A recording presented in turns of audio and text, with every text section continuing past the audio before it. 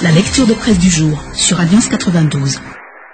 Lecture de presse tout de suite, et puis vendredi, on débute avec Reflet qui met à sa une: la présidentielle se dessine pour les candidats à la pré-campagne en trombe. Voilà, c'est le grand titre ici donné. Mais ici aussi à Reflet, à travers son édito Les élections et les autres, nous brosse la situation de la semaine à travers cet éditorial. Donc, visiblement, nous dit alors Reflet, si cela ne tenait qu'aux candidats à la première présidence de la 4e République, du moins les plus sérieux, prétendant au poste et ou les mieux financièrement lotis selon, les élections y afférentes ne devraient plus faire l'objet d'aucun report, que ce soit pour des raisons, parlons de technique ou politique, et les dates ayant déjà été officialisées. Pré-campagne ou pas d'ailleurs, toutes ces agitations notées un peu partout dans les régions du pays ont cela de positif, qu'elles constituent le signe ainsi que la volonté d'aller aux urnes est bien réelle au sein d'une partie de la classe politique. Reste à espérer, nous dit l'éditorialiste Reflet, qu'au-delà des supposés rapports de force et des représentations sur l'échiquier électoral, eh bien l'exécutif recompose à l'issue d'un mini-remaniement, fasse preuve de la même détermination et garde en ligne aussi de mire que l'appui à l'organisation des élections fait partie de ses missions.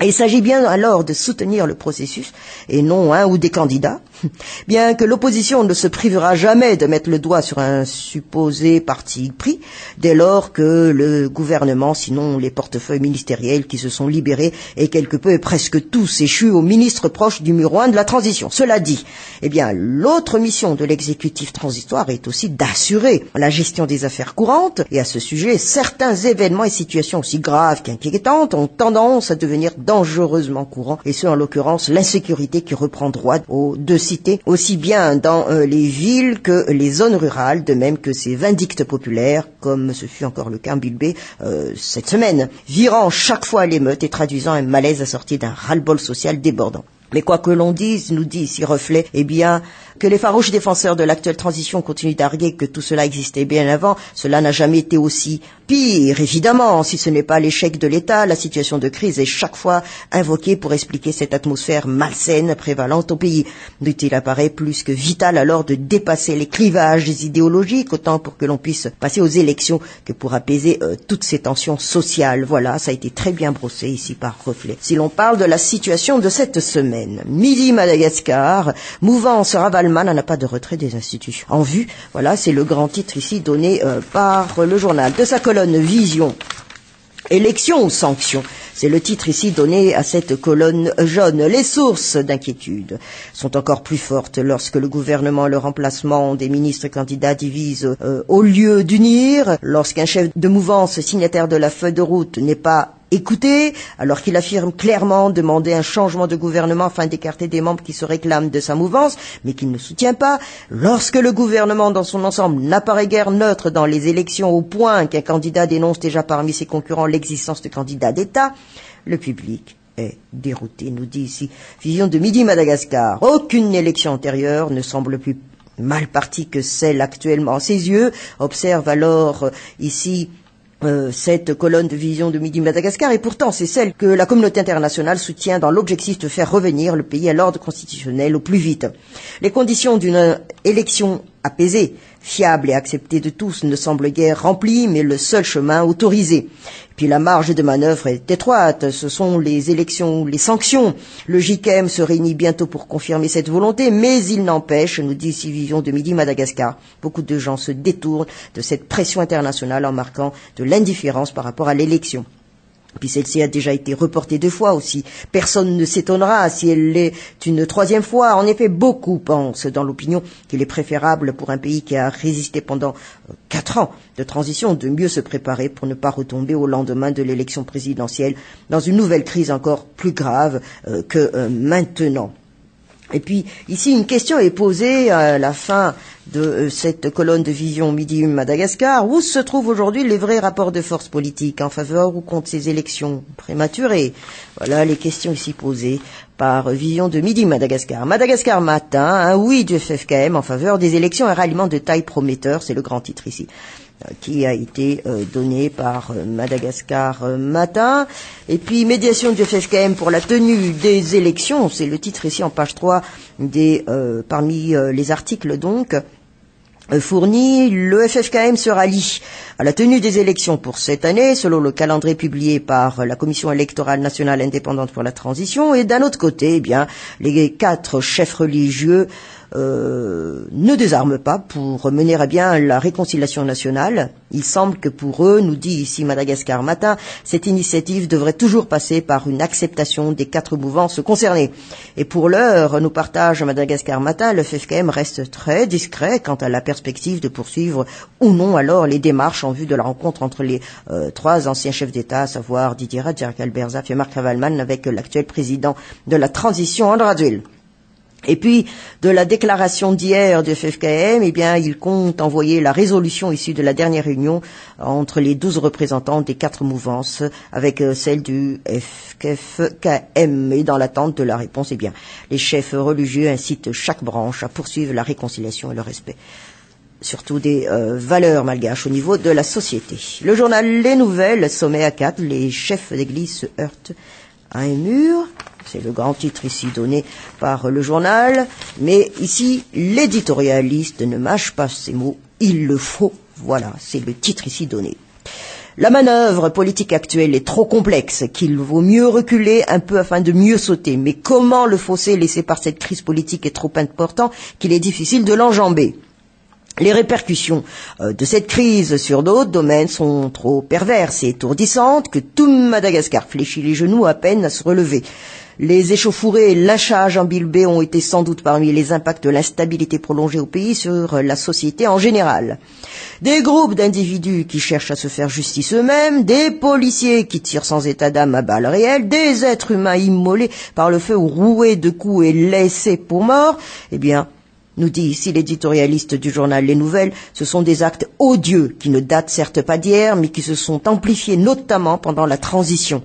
L'absence totale de confiance en la justice qui a toujours brillé par son laxisme et sa passivité, et le manquement aux droits de l'homme et le non-respect des hiérarchies en place, ainsi que des procédures établies, se sont multipliés pendant la période où Madagascar s'est écarté de l'ordre constitutionnel. Ainsi, autant de comportements sociaux délirants sont à l'origine des bavures et des dérives de tous bords qui règnent au pays. Et pourtant, la manœuvre politique est trop complexe, qu'on se perd dans un méli-mélo sans titre. Des politiciens qui cherchent à bloquer le processus électoral déjà sur les rails, des candidats qui partagent ou presque les mêmes visions et les mêmes objectifs qui se présentent, pourtant sous différentes couleurs, des membres de l'exécutif qui se regardent en chiens de faïence, des acteurs politiques que l'on doit encore réconcilier. La sortie de l'auberge est encore loin, bien que le chemin soit déjà tracé. Le maintien des élections, nous appuie ici l'éditorialiste du journal Les Nouvelles. Voilà ce qui a été dit donc en grand à travers l'éditorial ici du journal Les Nouvelles. Le journal La Vérité, Conseil de paix et de sécurité de l'Union africaine, levée des sanctions ciblées aux 109 personnalités malgaches, impression des bulletins uniques, la CENIT s'apprête à mettre en œuvre le plan B. Voilà ce qui a été dit. Mais justement, par rapport à ces histoires d'insécurité, bombe artisanale, deuxième explosion sur l'avenue de l'Indépendance, nous partage ici le journal La Vérité en page 3. Puis voilà, décidément, la capitale revit l'ambiance d'instabilité d'avant la signature de la feuille de route. La série de poses de bombes artisanales reprend de plus belle. Et puis après la première explosion, et ce devant l'immeuble Tana Plaza, c'était mercredi dernier. L'avenue de l'Indépendance a encore été le théâtre d'une deuxième explosion, et ce dans la soirée d'hier, c'était vers 22h, devant l'IFM. Et puis, aucune perte de vie humaine, mais une telle pratique est l'œuvre de certaines mouvances. Une fois que ces dernières ont enterré dans la feuille de route et ont signé ce document Pandore, les poses de bombes artisanales se font de plus en plus rares. Maintenant, de certaines mouvances se retirent du processus, ce phénomène reprend. Enchaînement ou d'actes prémédités ou pure coïncidence? Voilà la question ici posée par le journal La Vérité. Courrier de Madagascar, fitondrana tetezami tany esoriny vondrona africaine Nansaz, élection et blanchiment d'argent, le Samsin suspecte l'entourage de certains candidats, voilà les deux grands titres donnés. Mais par rapport au bon, par rapport à la sécurité, à qui la faute? Point d'interrogation, c'est la question que se pose ici l'éditorialiste de Courrier de Madagascar. La ville d'Ambilbay est en effet dans ce sens. La raison et la volonté de toute une population à appliquer leur propre justice à l'égard de malfrats qui ont terrorisé les habitants du cru. En effet, nous rapporte ici l'éditorialiste, ces derniers craignent que les bandits bénéficient des largesses des forces de l'ordre ou de l'autorité judiciaire et qu'ils soient relâchés par l'une ou par l'autre de ces entités, alors que la population avait tellement souffert de leurs actes, notamment avec les attaques à main armée, presque chaque nuit accompagnées de brutalité et de viol. Certes, admet ici l'éditorialiste du journal Courrier de Madagascar, il existe des lois qui punissent l'application de la justice populaire, une pratique qui relève des habitudes surannées et anachroniques. Madagascar est également, dit-on, un état de droit où nul n'est au-dessus de la loi. Néanmoins, c'est l'application de la loi à l'égard des malfaiteurs qui sont souvent à l'origine de tels débordements. Ainsi, comment ne pas être en colère quand des bandits avérés osent, après leur arrestation, après qu'ils ont été remis en main des forces de l'ordre, venir narguer et même menacer de représailles leurs victimes? La justice et les forces de l'ordre ont des modes de fonctionnement et des procédures que le commun de la population ne connaît pas. À vous, ici, l'éditorialiste. Et à ce titre, elles peuvent arguer telle ou telle raison pour motiver leurs actes, notamment l'élargissement de certains individus entre leurs mains. Pourtant, leurs explications, si elles daignent en donner, ne sont pas du tout convaincantes aux yeux des victimes. Pire, surenchère encore ici l'éditorialiste de Courrier de Madagascar, certains criminels pris en flagrant délit bénéficient inexplicablement de liberté provisoire ou sont même remis en liberté sans qu'aucune charge ne soit retenue à leur encontre, au grand étonnement du grand public. Question alors posée par rapport à toute cette situation, ici posée par Courrier de Madagascar, pourquoi l'on s'étonne alors que la population ose ainsi braver la loi et les balles des forces de l'ordre? Y a-t-il un quelconque respect de la loi qui puisse tenir quand de leur côté les autorités semblent en faire fi? Voilà ici les questions suivies d'une autre. On peut se demander à qui incombe la faute dans une telle situation, aux autorités qui n'ont pas appliqué la loi ou à une population qui se sent lésée et qui veut appliquer sa loi? Il ne faut pas oublier qu'au-delà de l'acte vengeur de ces victimes, de la volonté d'appliquer la loi du talion, ces petites explosions localisées constituent des sonnettes d'alarme, des soupapes de sécurité au sein de la population, avant une conflagration généralisée qui ne manquera pas de se produire au cas où les responsables ne réagissent pas. Comme dit ici l'éditorialiste de Courrier de Madagascar, à chacun de prendre ses responsabilités et qu'on ne rejette pas tous les torts sur la seule population. L'Express de Madagascar, à sa une, justement, saura une bombe explose au pied d'un hôtel. C'est ici, donc, par rapport à la nuit de mercredi, une explosion qui a eu lieu au pied de l'hôtel Plaza à Soaran. Mais par rapport aux élections, puisqu'il faut en parler, en revenir, mais cette fois sur un autre angle, les fonds de campagne surveillés, c'est le titre ici donné par l'Express de Madagascar. Le service de renseignement financier, le SAMFIN, aura du pain sur la planche pour s'assurer de la propreté des fonds utilisés par les candidats à la présidentielle dans leur campagne électorale, nous dit ici l'Express de Madagascar. Certains des prétendants à la magistrature suprême disposent en effet de moyens conséquents pour s'attirer les faveurs et les voix des électeurs. La discrétion est le maître mot de la plupart des concurrents pour Ombudsroad. Et ici, à l'Express de Madagascar, de nous parler de l'alinéa 2 de l'article 36 de la loi sur les partis politiques prévoit ainsi que les formations politiques dans la gestion de leurs finances doivent clairement faire transparaître les sources des fonds, leur destination et l'organe de gestion. Et l'article 37, que les partis politiques légalement constitués devront obligatoirement ouvrir un compte bancaire à leur nom. Et la loi sur les infractions financière permet la confiscation des fonds soupçonnés ou coupables de blanchiment d'argent ou de simples tentatives.